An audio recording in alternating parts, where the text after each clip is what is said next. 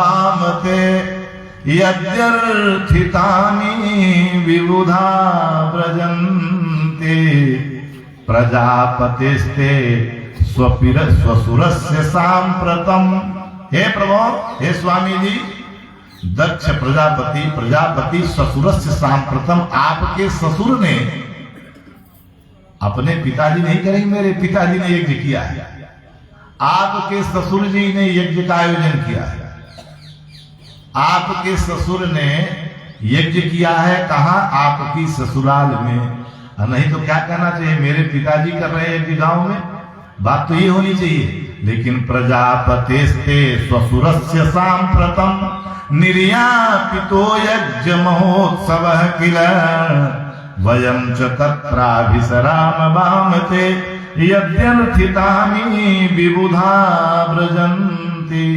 ये सारे व्रजंती कहाँ जा रहे हैं? सब वही आपके ससुराल में जा रहे हैं। आपके ससुर जी बड़ी बढ़िया यज्ञ कर रहे हैं। तब बोले हम लोग भी चलते उसी यज्ञ में। बोले निमंत्रण आया? अरे निमंत्रण हो सकता है कहीं बीच में रह गया हो और फिर अपनों के बीच में छोटी मोटी भूल हो जाती है महाराज, मुझे जाने की बहुत इच्छा हो रही है। क्यों? बोले तस्मिन् भगिन्यो मम भरतभिस्त्वकै ध्रुवं गमिष्यन्ति सुहृद्दीक्षवः। तस्मिन् भगिन्यो, उसमें मेरी सारी बहनें आएंगी, बहनोई आएंगे, वहां जाने की मेरी इच्छा हो रही है। क्यों? बोले सुहृद्दीक्षवः, दृष्टुम इच्छा, सुहृदों को देखने की इच्छा हो रही है, इसलिए मेरा मन हो रहा है। इसलिए महाराज आप भी मेरे साथ में चले और हम भी चल करके उस यज्ञ को देखें। भगवान भोलेनाथ ने कहा बात तो तुम बहुत अच्छी कह रही हो, लेकिन एक बात है। बोले क्या? बोले आवत ही हर से नहीं नैनन नहीं सने तुलसी तहां न जाइए चाहे कंचन बरसे ने। अरे देवी जी, आपको पता नहीं है, ये हमारे ही वैर के कारण यज्ञ हो रही है। सबको बुलाया गया है और मुझे निमंत्रण नहीं दिया गया। इस बात का हमें कष्ट नहीं है कि हमें क्यों नहीं बुलाया गया, कष्ट दूसरी बात का है। कष्ट क्या है? बोले दक्ष सकल निज सुता बुलाई हमरे बैर तुम्हें बिसराए। हमारे बैर के कारण उसने तुम्हारा भी त्याग कर दिया है, तुम्हें भी नहीं बुलाया। हमें नहीं बुलाता तो कोई बात नहीं थी, लेकिन उसने तुम्हारा भी त्याग कर दिया है। जदपि मित्र प्रभु पितु गुरु गेहा जाय बिन बोले उन सदेहा। यद्यपि मित्र प्रभु पिता और गुरु के घर में बिना बुलाने से भी चले जाने में कोई बुराई नहीं है, लेकिन तदपि विरोध मान जह कोई तहां गए कल्याण न होई। ऐसे जगह पर बिना बुलाने से चले जाने में कोई बुराई नहीं है, लेकिन तदपि विरोध मान जह कोई, वह जाने पर विरोध माने तो वहां जाने इसमें कल्याण नहीं होता है। इसलिए हे देवी, हम जैसे हैं, जितने में हैं, जिस अवस्था में हैं, उसी में संतुष्ट रहने का प्रयास करो। अगर मान सम्मान न हो तो वहां जाने से कोई फायदा नहीं है। बोल भक्तवत्सल भगवान की जय। लेकिन सती जी का मन नहीं माना, बार बार आग्रह करने लगे कि महाराज मैं चली जाती, दर्शन कराती। जब बार बार समझाने लगे, शंकर जी ने बहुत बार समझाई, लेकिन सती जी को समझ में नहीं आया। शिव बहु भांति सती समझावा अभावी बसन ज्ञान उरयावा। भावी बड़ी प्रबल होती है। यद्यप कहते हैं भावी मिट सके त्रिपुरारी, शंकर जी भावी मिटा सकते हैं, लेकिन यहाँ तो उल्टा हो रहा है। उनके घर में ही एक भावी घटित हो रही है जिसे शंकर जी नहीं मिटा पा रहे हैं। तात्पर्य क्या है? प्रारब्ध जन्य भावी को भगवान शिव मिटा देते हैं, लेकिन जिस भावी में भगवान की इच्छा हो उसे शंकर जी भी समाप्त नहीं कर सकते हैं। ये हरि इच्छा से यह कांड होने वाला है। इसलिए शिव बहु भांति सती समझावा, लेकिन भावी वसन ज्ञान उरावा। वहां भावी में टिसकै त्रिपुरारी, तो यहाँ क्यों नहीं मिटा देते? या नहीं मिटा पाए। और सती जी ने कुछ नहीं सुना और सीधे चल पड़े। शंकर जी समझ गए ये मानने वाली नहीं है, इसको जाने की इच्छा है, तो अब ये जाएगी, इसलिए आंख बंद कर लिया। क्या सोचकर आंख बंद कर लिया कि हुई है सोई जो राम रचिरा था, को कर तर्क बढ़ा वैसा खा। मैंने इतना समझाया, शिव जगत गुरु है और कृष्ण जगत गुरु है, और जगत गुरु ही समझाए और फिर भी समझ में नहीं आया, इसलिए हुई है सोई जो राम रचिरा था। अब भगवान की ही लगता है इसमें कोई इच्छा है, इसलिए आंख बंद करके ध्यानस्थ हो गए और कुछ बोलना ही बंद कर दिया। तो सती जी वहां से चल पड़ी। बहुत देर तक आवाज नहीं आई, तब नेत्र खोलकर भगवान भोलेनाथ ने देखा तो सती जी नहीं थी। पीछे पीछे एक दो रुद्रगणों को भेज दिया कि वो वहां गई है, जरूर अनर्थ होगा, तुम लोग साथ में जाओ। पीछे पीछे रुद्रगण भी मैया जी के पीछे पीछे आ गए। यहां पर पहुंच गई, कोई उनसे हालचाल लेने वाला भी नहीं है।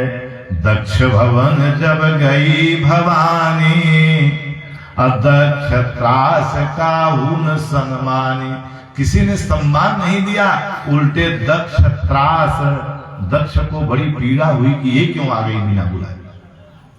सब लोगों ने जो है कष्ट ही माना, और जो बहनें थी वो बड़ा मुस्कुरा रही, हंस रही हैं कि हम तो सब बुलाए से आए हैं। अरे बहन तू भी आ गई, हम लोग पता लगाए कि सती क्यों नहीं आई, तो सब लोगों ने कहा उसे बुलाया ही नहीं गया है।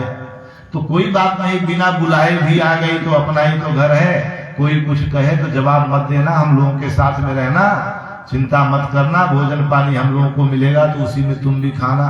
सती जी ने करे राम राम, मेरा ही घर और मेरी ये हालत। सादर भले ही मिली एक माता, और भगिनी मिली बहुत मुस्काता। यानी व्यंग करके मुस्कुराने वाली बहनें भी व्यंग कस रही हैं। सती जी को ये कष्ट सहन नहीं हुआ।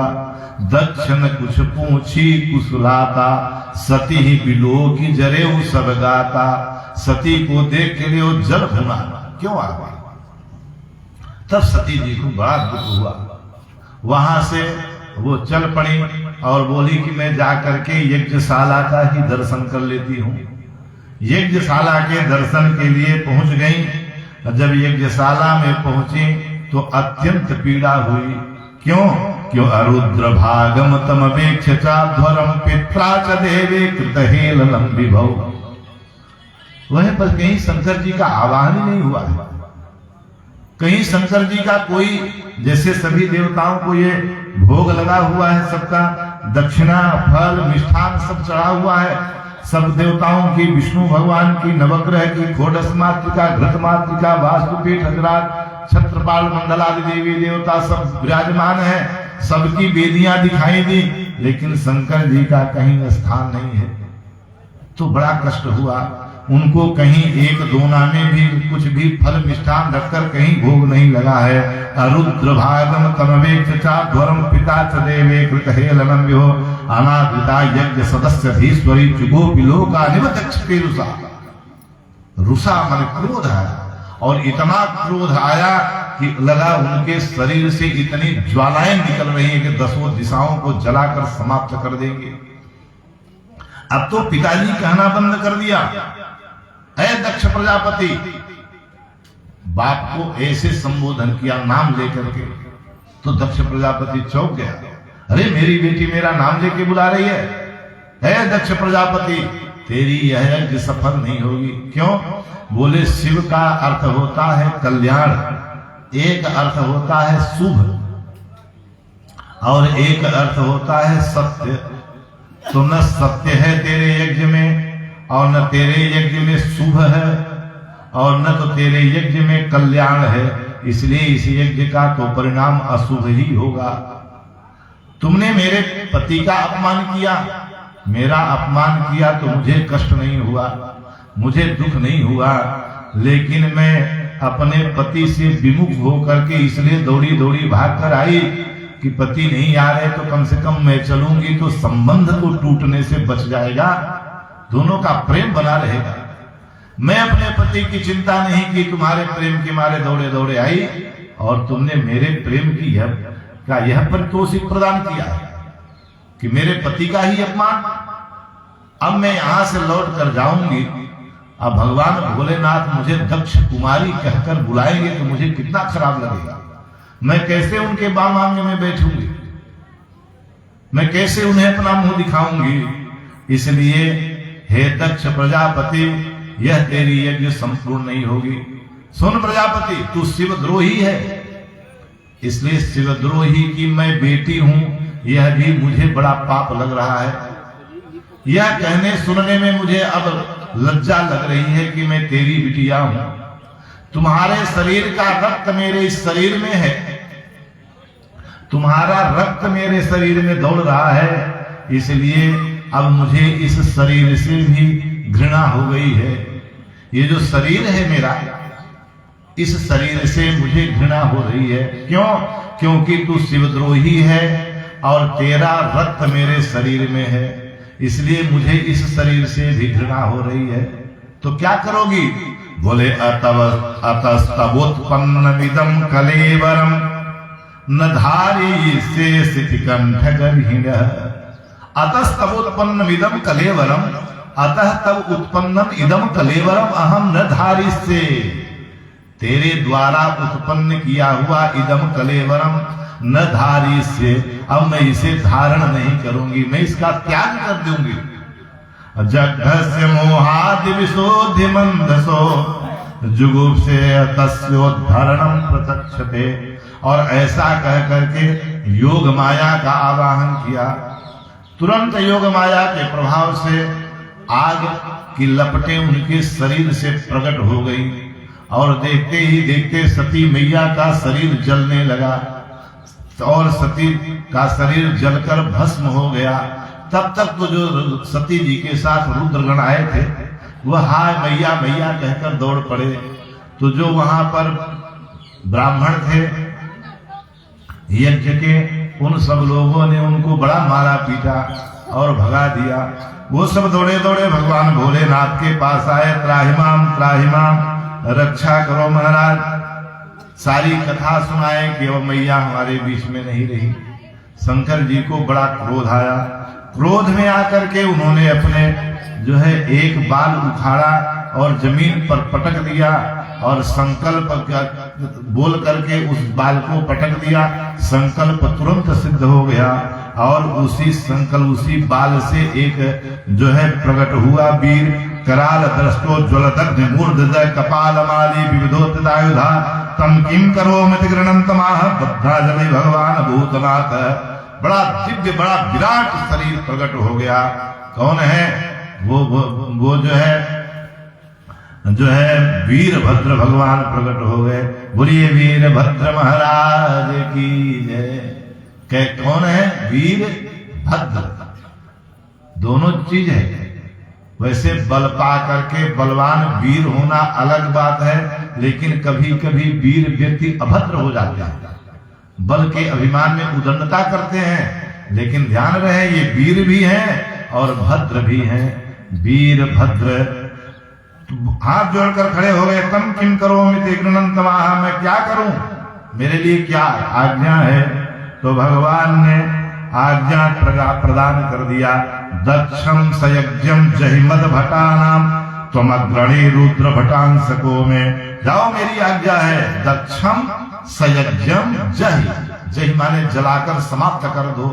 दक्ष को भी सयज्ञम, उसके यज्ञ को भी समाप्त कर दो। आज्ञा प्रदान हुई। वीरभद्र चल पड़ा, वहां से आया यज्ञशाला की तरफ। उसके साथ में डाकनी साकनी योगिनियां सब विविध प्रकार के चिल्लाते हुए विविध आवाज करते हुए, किसी के मुंडई नहीं है, किसी का हाथ ही नहीं है, कोई बिना शरीरे दौड़ रहा है। बड़ी विचित्र सेना, बड़ी डरावनी अद्भुत सेना, अद्भुत आवाज, विचित्र आवाज करते हुए सब दौड़ पड़े दक्ष प्रजापति की यज्ञशाला की तरफ। उनके चलने से बड़ी धूल उड़ रही है। यज्ञशाला में सारे ब्राह्मण सोचने लगे कि ये धूल कैसे उड़ रही है, क्योंकि वातानवान्ति नहीं संति दस्व प्राचे नगर जीवित हो ग्रदंड, न वाता न कहीं हवा न आंधी न तूफान, तो ये धूल कैसे उड़ रही है। ऐसे सब आपस में विचार ही कर रहे थे, तब तक पहुंच गई सेना और वीरभद्र ने आज्ञा प्रदान कर दिया, पकड़ो कोई छूट के जाने न पाए। चारों तरफ से यज्ञशाला को चारों तरफ यज्ञशाला को घेर लिया और यज्ञशाला की ही जो बांस बल्दी थी इसको उखाड़ा और उखाड़ कर लगे प्रसाद पवाने सबको। अब जब मार पड़ी तो भृगुर बबंधम मणिमान ने भृगु ऋषि को पकड़ लिया। बोले ये कौन है? बोले जब हम लोग मार खा रहे थे तो ये दाढ़ी पर हाथ घुमा घुमा कर यही हंस रहा था, यही ऋषि है। तो मणिमान ने एक झटके में भृगु महाराज की पूरी दाढ़ी उखाड़ लिया। वीरभद्र है प्रजापति, वीरभद्र ने प्रजापति को पकड़ा, एक हाथ मारा, मुंडी अलग हो गई और उठाया खोपड़ा हवन कुंड में डाल दिया, स्वाहा कर दिया। अब जो है दक्ष प्रजापति का सिर जो है हवन कुंड में डाल दिया। चांडीस ने पूषण ऋषि को पकड़ा। बोले हम लोग जब मार खा रहे थे तो दांत निकाल के हंस रहा था, एक मुक्का मारा तो वेदांती हो गए, पूरा दांत बाहर आ गया। इस तरह से सब की पिटाई हुई। जब मार खाने लगे तो सारे देवता और सब ब्राह्मण सब भगदड़ लिए, भागते भागते ब्रह्मा जी की शरण में गए। बोले रक्षा करो हमारी। क्यों? बोले हम लोग दक्ष के यज्ञ में गए थे, वहां बड़ा अनिष्ट हो गया और ये रुद्रगण हमारा पीछा कर रहे हैं। देखो इतनी मार पड़ी है हमारे ऊपर और पाएंगे तो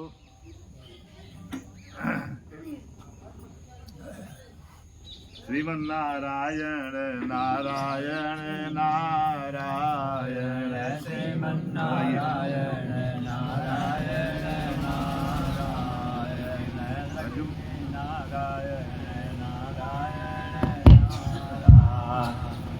हे हरि नारायण नारायण नारायण गुरुवर नारायण नारायण। बोल भक्त वत्सल भगवान की जय। तो इस तरह से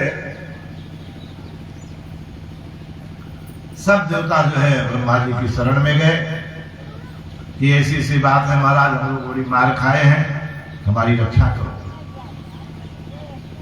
ब्रह्मा जी ने कहा तुम सब लोग गए वहां पर, अब हमारी शरण में आए हो, क्योंकि हम नहीं गए, ब्रह्मा जी ने गए, शंकर जी ने गए, तीनों देवता यज्ञ में नहीं गए। तुम लोग क्यों चले गए? जिस यज्ञ में ब्रह्मा विष्णु महेश न हो उस यज्ञ में तुम लोग क्यों गए? हम नहीं गए, कार्ड तो हमारा भी आया था। अरे जिस यज्ञ में शंकर जी को नहीं बुलाया गया हम भी नहीं गए, विष्णु भगवान भी नहीं गए। अरे यज्ञ में ब्रह्मा विष्णु महेश न हो तो तुम लोग क्यों दौड़े दौड़े गए? अब सारे ब्राह्मण बेचारे खड़े खड़े मुंह देखने लगे। बोले दक्षिणा के लिए गए ना, प्रसाद के लिए, पूरी के लिए गए, तो अब पाओ प्रसाद मेरे शरण में क्यों आए? सारे ब्राह्मण कान पकड़कर उठक बैठक करने लगे। अब की खाई तो खाई, आगे खाई तो राम दुहाई, अब कभी हमसे गलती नहीं होगी महाराज, एक बार तो बचाओ। तब ब्रह्मा जी को दया आई, बोले चलो। कहाँ? बोले शंकर जी की शरण में, वही बचाएंगे इनसे। अरे महाराज जब उनके ये दूध इतने क्रोध में है तो वो कितने क्रोध में होंगे? बोले चिंता मत करो, वो भोले हैं। क्षणे रुष्टा क्षणे तुष्टा रुष्टे तुष्टा क्षणे क्षणे, एक क्षण में क्रोध आ जाए, अगले क्षण खुश हो जाए, इसीलिए तो भोले हैं वो। चलो मेरे साथ। सब देवताओं को लेकर के गए। बोले तुम लोग छुप जाओ, पहले हमें माहौल बनाने दो, हम पहले जाके देखें माहौल कैसा है।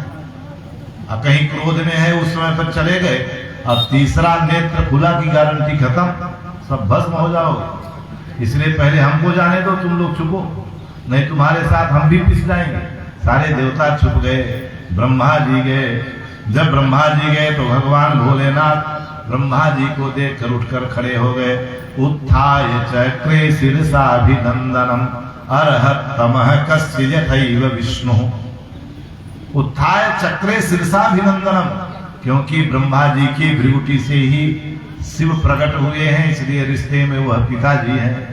तो ब्रह्मा जी के चरण में माथा रखकर शिरसाभिनंदनम प्रणाम किया, सारी कथा सुनाया।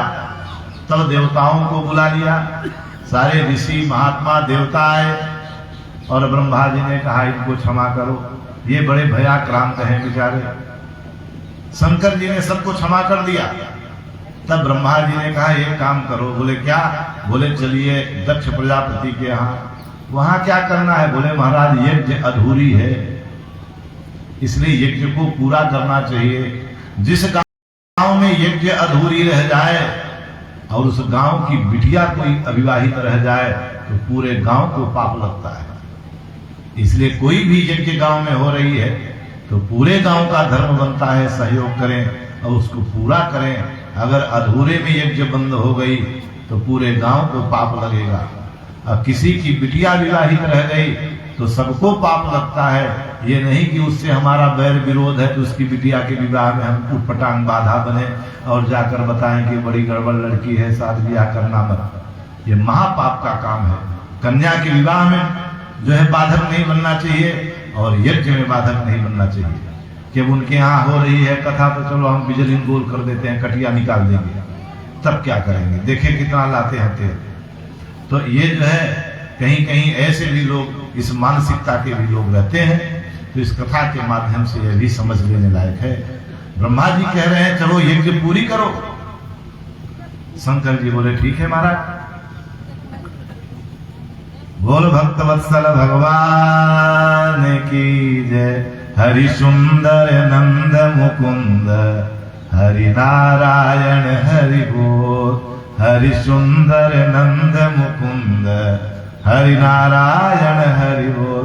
बोल भक्त वत्सल भगवान की जय। आज बड़ी बड़ी दिव्य दिव्य विभूतियां पधार रही हैं। अभी हमारे शास्त्री जी पधारे, हमारे आदरणीय बड़े भैया श्री रमाशंकर जी पधारे। यद्यपि पद प्रतिष्ठा बहुत है लेकिन हम लोग बड़े भैया के रूप से ही जानते हैं और हमारे यहाँ आना जाना आपका होता है। हमारे बड़े भैया लक्ष्मी शंकर मिश्रा जी से आपका एकदम घनिष्ठ प्रेम है। तो हमारे यहाँ आते जाते हैं, हम लोग तो सेवा में रहते हैं। लेकिन कई बार जो है अभी पीछे ओझापुरवा में भी आपके दिव्य दर्शन हुए थे, वहां भी आप पधारे थे। अब भगवान के चरणारविंद में यह श्रद्धा भाव आपका बना रहता है और हम भी भगवान से यही प्रार्थना करेंगे। यद्यपि हमारे अग्रज हैं आप, लेकिन अभी हम व्यासपीठ पर बैठे हैं, इसलिए हम ठाकुर जी से प्रार्थना करेंगे कि आध्यात्मिक, राजनैतिक, सामाजिक, आर्थिक, भौतिक हर प्रकार की उन्नति भगवान आपकी करते रहें। आपके बाल गोपाल का भगवान सदैव मंगल करें और आपका मंगल करें, हर तरह से मंगल हो। और बढ़िया बढ़िया समाचार भी हमको सुनने को मिल रही है। तो कई कार्यक्रम में वहाँ एक नगमा में पंडित जी बैठे हैं, वहाँ जब थी यह कथा तो आप नहीं थे, लेकिन वो हमारी बिटिया जो है वो वहाँ एक जगह गई थी। जब वहाँ से नगमा से लेकर शीतलहा तक वो कलश वो जो है चुनरी वाली यात्रा थी, तो उसमें भी मैं था और मैंने ही वह नारियल वगैरह हाथ में रखकर पूजन वगैरह कराया था। और जब यह पता चला कि हमारे अग्रज आदरणीय आपकी बेटी है तो हमें बड़ी सुखद अनुभूति हुई, बड़ा अत्यंत हृदय को प्रसन्नता हुई। और तब भी, और हम लोग बचपन से भी हमारे यहाँ आपका आना जाना है तो तब भी परिचय है। और ओझापुरवा में आप कथा सुनने आए, वहाँ भी दास को बड़ी प्रसन्नता हुई और उसी कड़ी में आज आपका आगमन हुआ है तो और आनंद आ रहा है। और हमारे सभी यजमान परिवार की ओर से हम आपका स्वागत अभिनंदन वंदन करते हैं और व्यासपीठ की ओर से भगवान की कृपा और आशीर्वाद जो है आपको हम संप्रेषित करते हैं। बोल भक्त वत्सल भगवान की जय।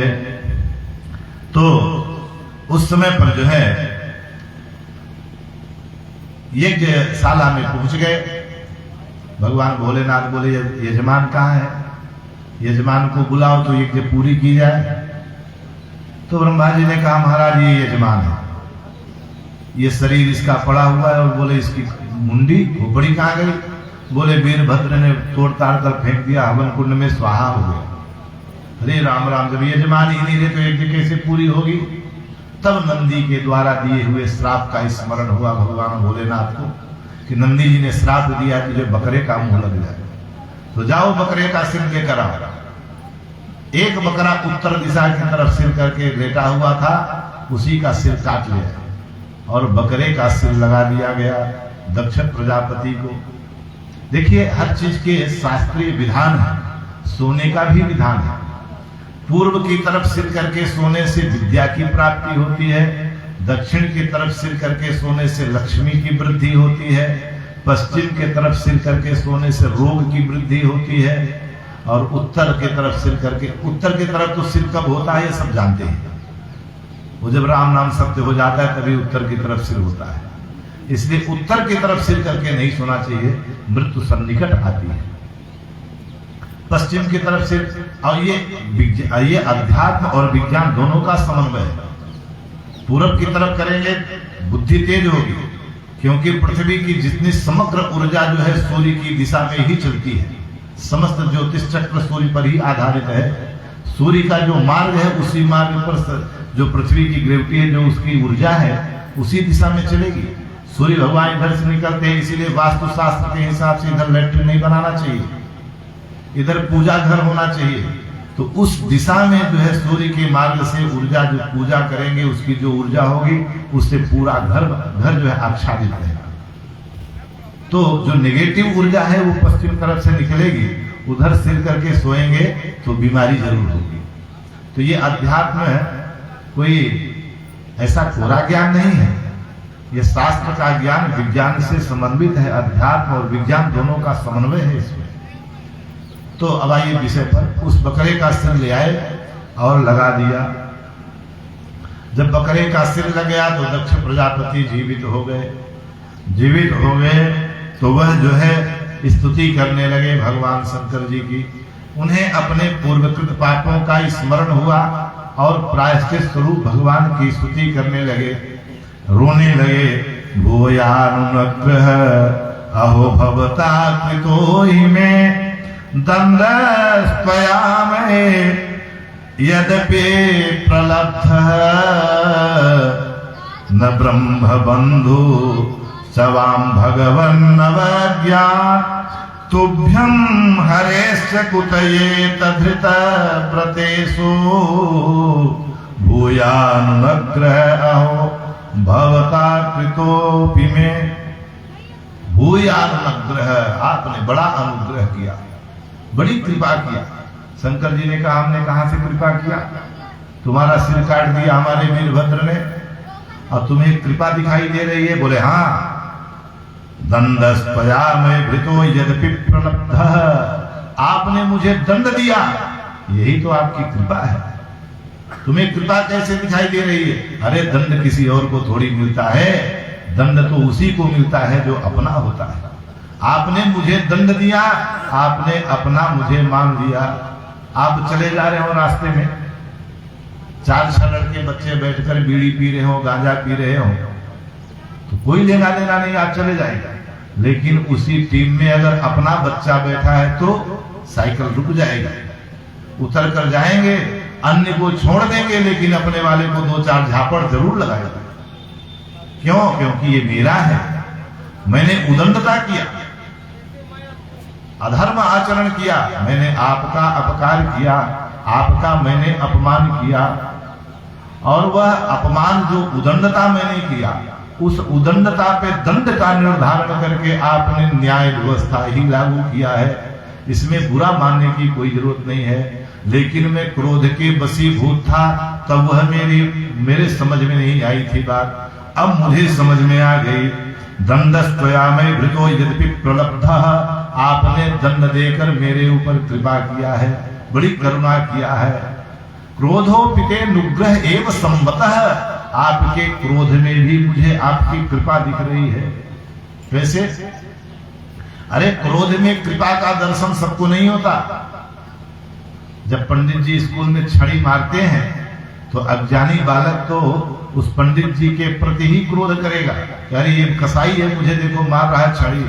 लेकिन उस क्रोधोपिते नुग्रह, उस मास्टर जो विद्यार्थी को मार रहा है, उस क्रोध में जो कृपा छुपी हुई है कि ये बच्चा सुधर जाए, अच्छे अंक से पास हो जाए, यह जो भाव है, उस क्रोध में जो अनुग्रह का भाव है, उस अनुग्रह के भाव को जो विद्यार्थी समझता है, सचमुच में वही उत्कृष्ट होता है, वही आगे चल करके समाज का संचालन करता है, वही समाज का नेतृत्व करता है, और वही आगे पथ प्रदर्शक बनता है। उसी के पीछे हजारों लोग चल पड़ते हैं, जिसके अंदर ये सामर्थ्य आ जाती है। तो आपने क्रोध किया, उसमें कृपा है। देखो महाराज, एक चरवाहा है, वो गैया को, बछड़े को, अपने मवेशियों को चराता है। जब उसके मवेशी जो है अच्छी घास खाकर उनके पेट फूल आते हैं तो कितना प्रसन्न होता है, ले जाता है। सर्दी गर्मी से बचने के लिए घर बनाकर घर में रखता है। कोई जंगली जानवर न खा जाए इसलिए किवाड़ भी लगवाता है। अगर उसके वो जानवर बीमार हो गए तो डॉक्टर बुलाकर दवाई भी कराता है। समस्त भरण पोषण की, उनकी सुरक्षा व्यवस्था सब कुछ वह करता है। लेकिन वही जानवर अगर कहीं उदंडता करें तो 2 लाठी लगाने का भी अधिकार वो रखता है कि नहीं? शंकर जी समझ गए कि इसे समझ में आ गई बात? बोले समझ गए। बोले महाराज, क्रोधो पिते नुग्रह एव सम्मतः, आपके क्रोध में जो अनुग्रह भरा पड़ा है, उस अनुग्रह को मैंने स्वीकार कर लिया है।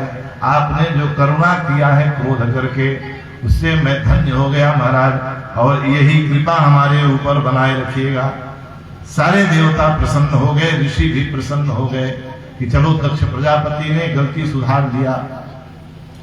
और शंकर जी चूंकि वो बकरे का सिर लगा है, इसलिए बोल भी बकरे जैसा रहा है। तो बकरे जैसा बोल रहा है, उसकी यह बात सुन करके भगवान भोलेनाथ हंस रहे हैं। तो आज भी शंकर जी के भक्त शंकर जी को हंसाने के लिए जब मंदिर में जाते हैं तो बकरे जैसी आवाज बोलने लगते, ओम ओम ओम, ऐसी आवाज निकालते हैं ताकि भगवान भोलेनाथ हंस दें, हंसाने के लिए। तो भोलेनाथ तो हंसते हैं, लेकिन सती जी बड़ा क्रोध करती हैं कि उनके पिताजी की कोई नकल करे, मिमिक्री करे तो उन्हें क्रोध भी आता है। लेकिन लगे हाथ बम बम विश्वनाथ बोल देने से सती जी भी प्रसन्न हो जाती हैं।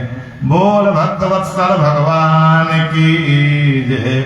सब लोगों ने शंकर जी की स्तुति किया। भगवान भोलेनाथ अंतर्धान हो गए। इधर परीक्षित जी से सुखदेव जी कहते हैं, राजन, ये मनु महाराज के 3 कन्याओं के वंश का वर्णन हमने आपको सुना दिया।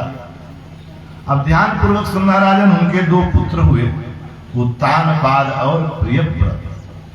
उत्तानपाद महाराज की हम कथा आपको सुना रहे हैं।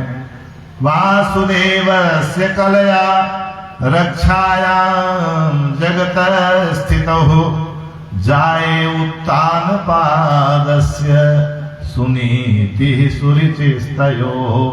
हे राजन, जो मनु महाराज के पुत्र ज्येष्ठ हुए उत्तानपाद, उनके 2 विवाह हुए, सुनीति और सुरुचि। ये उत्तानपाद कोई और नहीं है, हम सभी लोग उत्तानपाद हैं। सब माँ के गर्भ में उत्तानपाद ही रहते हैं, और सबके 2 विवाह हुए हैं तत्वतः। ये पत्नी कौन है? ये बुद्धि ही पत्नी है, इतिमति रूप।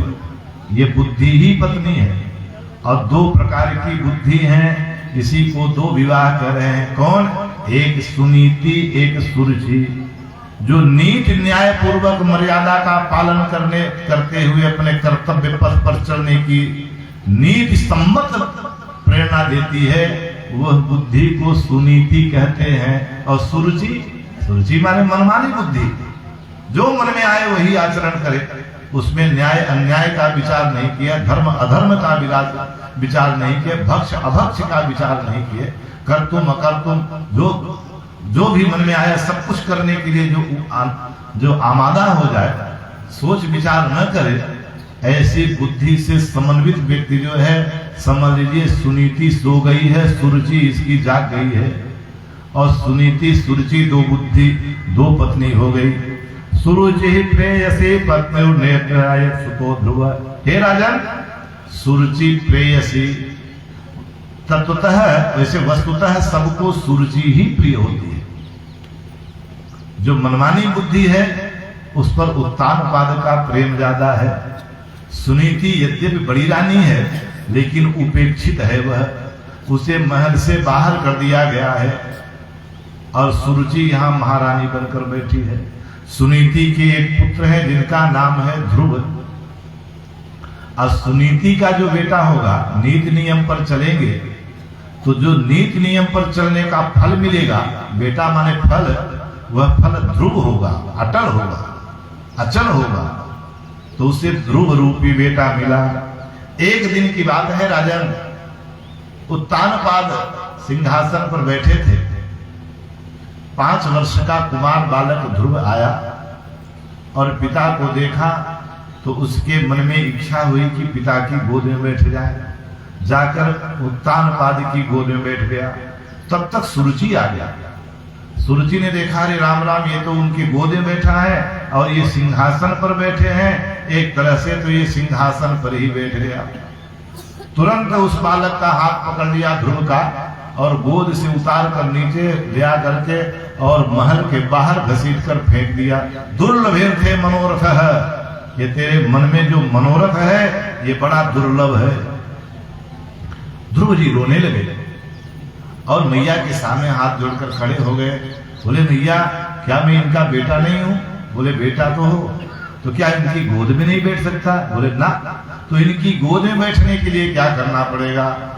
तो सुनीति ने जो कहा, हे राजन, सुखदेव जी कहते हैं, हे राजन, सुरुचि ने ऐसी बात कह दिया कि उससे भक्त और भगवान दोनों का अपमान हो गया। सुरुचि कहते, सुनो क्या करना पड़ेगा? बोले, बोलो। तपसायाराध्यं पुरुषं तस्यैवानुग्रहेण में गर्भे त्वं साधयात्मानं यदीच्छसि नृपासनं। गर्भे त्वं साधयात्मानं यदि इच्छसि नृपासनं। यदि इस राजा के आसन पर बैठना चाहते हो तो गर्भे त्वं साधयात्मानं, मेरे गर्भ से जन्म लेना पड़ेगा। क्या करें? बोले, तपसा आराध्यम, तपस्या करो।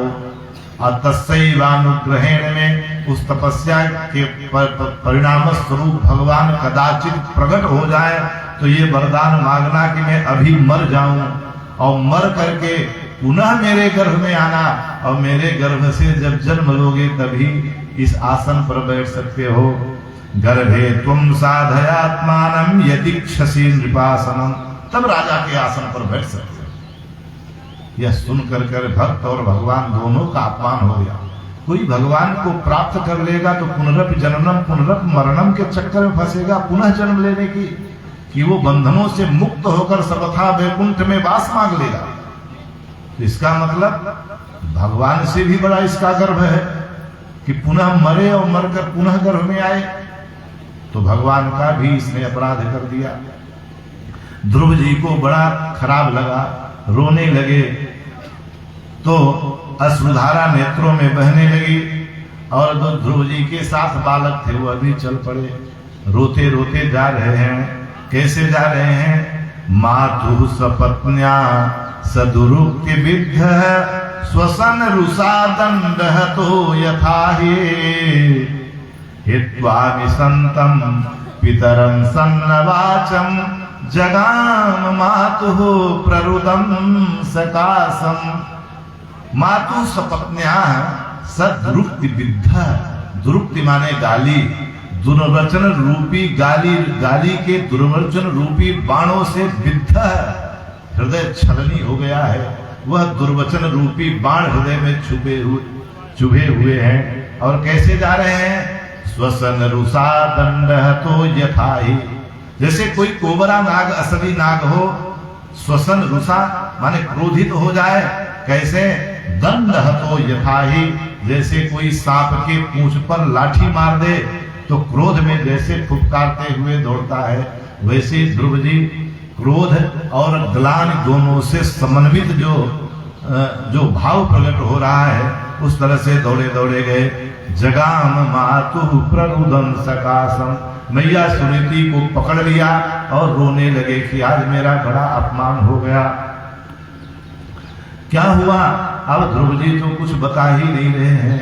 ध्रुव जी के साथ जो बालक हैं उनने सारी कथा सुना दिया।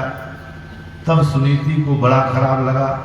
दुख इस बात का हुआ कि मैंने तो किसी तरह से सहन कर लिया अपनी उपेक्षा, लेकिन ये बेटा धीरे धीरे बड़ा हो रहा है, सब कुछ जान जाएगा तो एक दिन घर में महाभारत करेगा। अब मैं क्या करूं, इसे कहां ले जाऊं? सोस्ते धैर्यं विरलाप शोकम दावाग्निनाम दावलते बाला वाक्यम सपत् न स्मरति सरोज स्त्रिया दृशा